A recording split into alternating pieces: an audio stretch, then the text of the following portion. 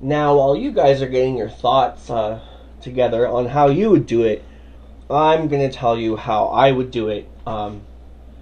Approach the whole TV show, fifth movie, and prequel idea. So we're going to take a little step back in time. I guess I'll start out with the TV series, since that's the one I'm kind of least, I won't say concerned with, but I'll just say the least interested in, maybe. I could see it, like, if I would have done it, it would probably been kind of like a young Indiana Jones style, or, like watching Rambo grow up through the first season, and in the second season, have some, the war stories, it would be probably like 3 seasons of Rambo's time in the war, learning and fighting in Vietnam, and the friends he makes and the friends he loses, and maybe, finish it off with a movie, like a televised movie at the end, where Rambo returns from Vietnam and he's just wandering the countryside aimlessly, getting into misadventures and haunting situations, that he's returned to this place that is no longer familiar to him like it once was. So it would be, Rambo returning to America and just kind of excuse me, just kind of bummed out. But I can also see, them doing like, I would like to see maybe maybe a live action version of the Force of Freedom animated series, but obviously more violent. We could probably get away with that with AMC now, and being able to show more violence on TV. Maybe like an alternate version of that. I think that would pretty much be pretty cool. Maybe do 4 seasons of that with like a movie, and just have Rambo hashing it out against General Warhawk.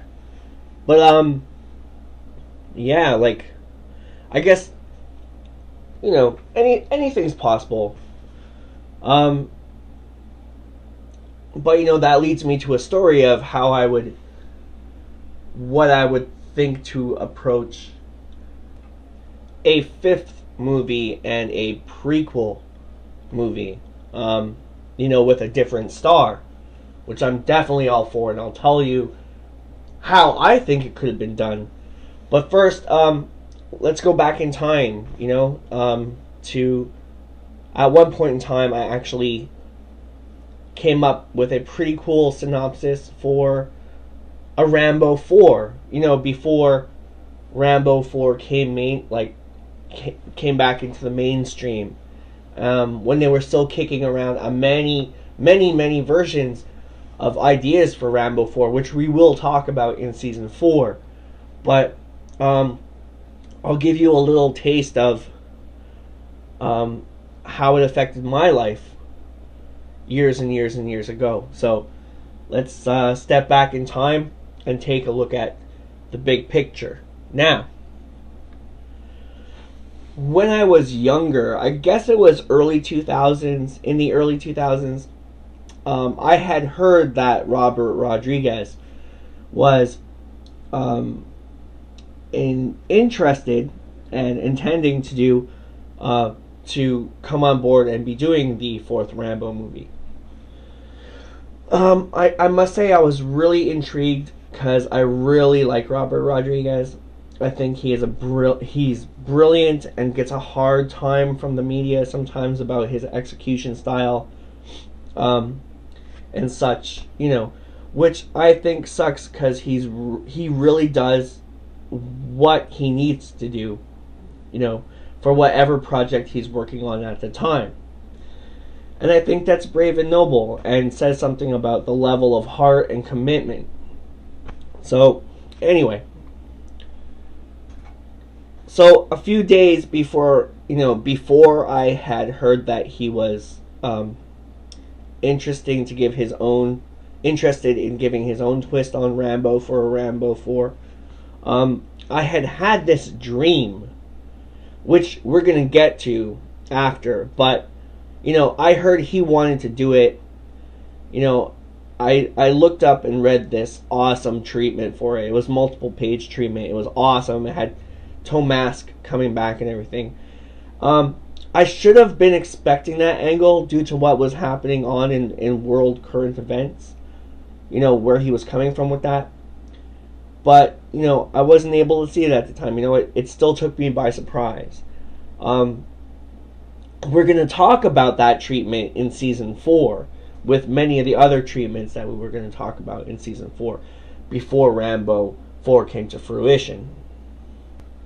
So, anyway, since I was young, I've always loved writing. I've always had a keen interest in writing since as long as I can remember. And at that time, I was working on something called Origins, which I'm still actually trying to finish, and it's been a long time coming. I took a break at that time to see if I could write my own Rambo 4, and it actually opened up with the dream I had that we will get into in a few moments to come. But anyway, that evolved into a group of, following. It opened up with this whole big dream sequence, and following that, we're introduced to a group of terrorist mercenaries that Rambo had known in the past from his time in Vietnam. Like he also had trained with them under Troutman, etc., etc. Went through all the schooling process, the school of hard knocks to learn how to kill in a heartbeat. But so the terrorists were taking over a military missile silo in the mountains. The military wants Rambo to go in and disarm all the nuclear devices so they could storm the silo and restore order. And, because Rambo's the only stealthy one who they think could be expendable enough and who could be crazy enough to get the mission done, because it's a crazy mission. So the whole thing took place on this big mountain.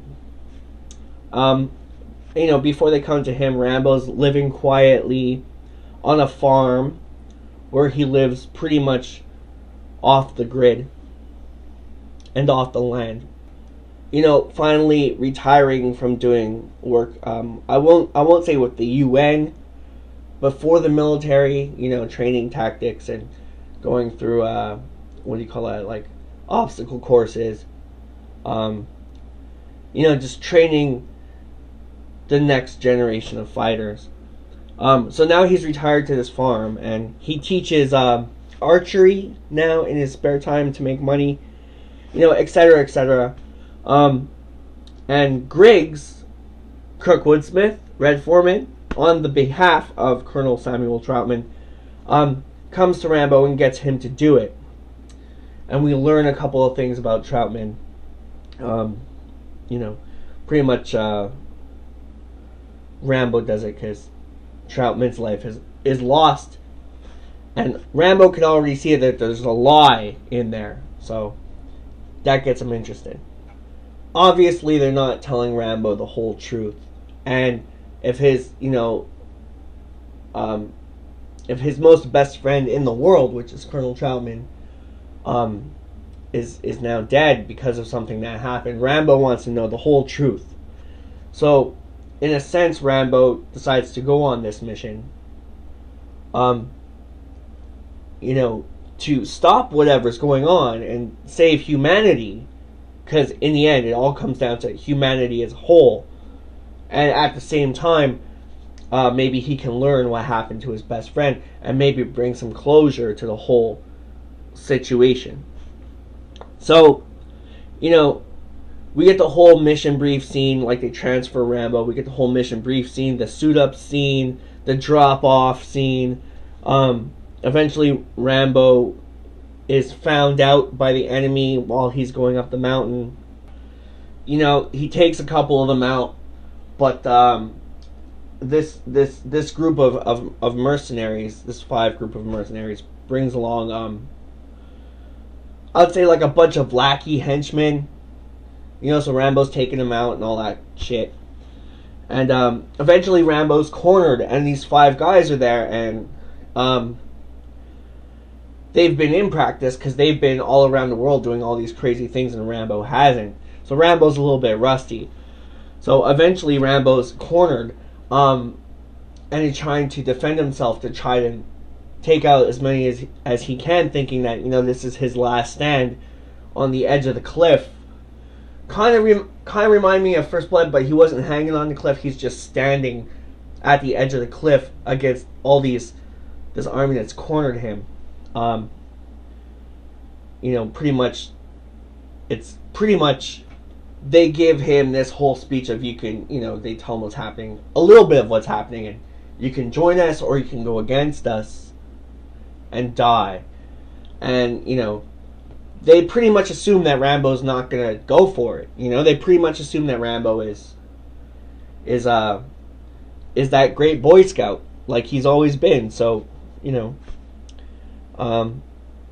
Rambo pretty much calls out, you know, he's got his bow in the case on his back, and he pretty much calls out, you know, he pretty much he answers them, you know, fuck them. And he opens fire with the guns that are in his hands, taking out, you know, a couple of, not the main bad guys, but a couple of the other ones. But one of the main bad guys has a shotgun and gets off like a spread shotgun blast. And Rambo is hit pretty much in the face, like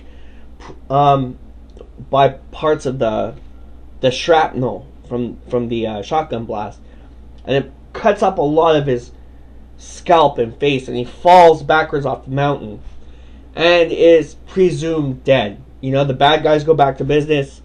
They don't even bother claiming the body, which was a big mistake, you know, because Rambo finally comes to a little later on. Luckily, he had fallen on like a rock formation protruding from the cliff, so his whole side, like all his ribs and everything, he landed on that rock, so supporting, you know, it broke all of his ribs, mashed up all of his insides, almost impaling him, but not really going through the skin. He's just kind of like hanging off the mountain by the rock. So a little time is going by, you know, he's going in and out of conscience. He's pretty fucked up. He's pretty much lying there. He's like gone. He's pretty much gone. And then he comes to, but it's he's coming to, but it's a lot to a mashup of the dream sequence in the beginning of the of my version of this movie, which we will be talking about a little later on, because it ties into the prequel aspect. It's the whole prequel aspect, so we'll talk about that in a moment. But he's or momentarily, sorry, but he's really messed up. He starts the Vietnam trip, and he climbs back up that mountain. His body's finished. He's just working on nerves. He's working on adrenaline. He doesn't even know what's going on. He's totally disoriented. He's climbing up the mountain. He gets to the top of the mountain. You know, the hand comes up over the top, grabbing onto the rock and moss and grass. Very resemblant to Rambo 3 when he's climbing the mountain in Afghanistan. But he's having like these thoughts of that, you know, climbing in Rambo 3 and climbing in First Blood, climbing down the cliff, and the near-death experiences of it all. So we get little tiny flashbacks of like First Blood and Rambo 3 in there as well, and of jumping from the napalm bomb in Rambo 2, slightly, like his fear of being caught with the blast of the napalm falling down. So he gets to the top of the cliff,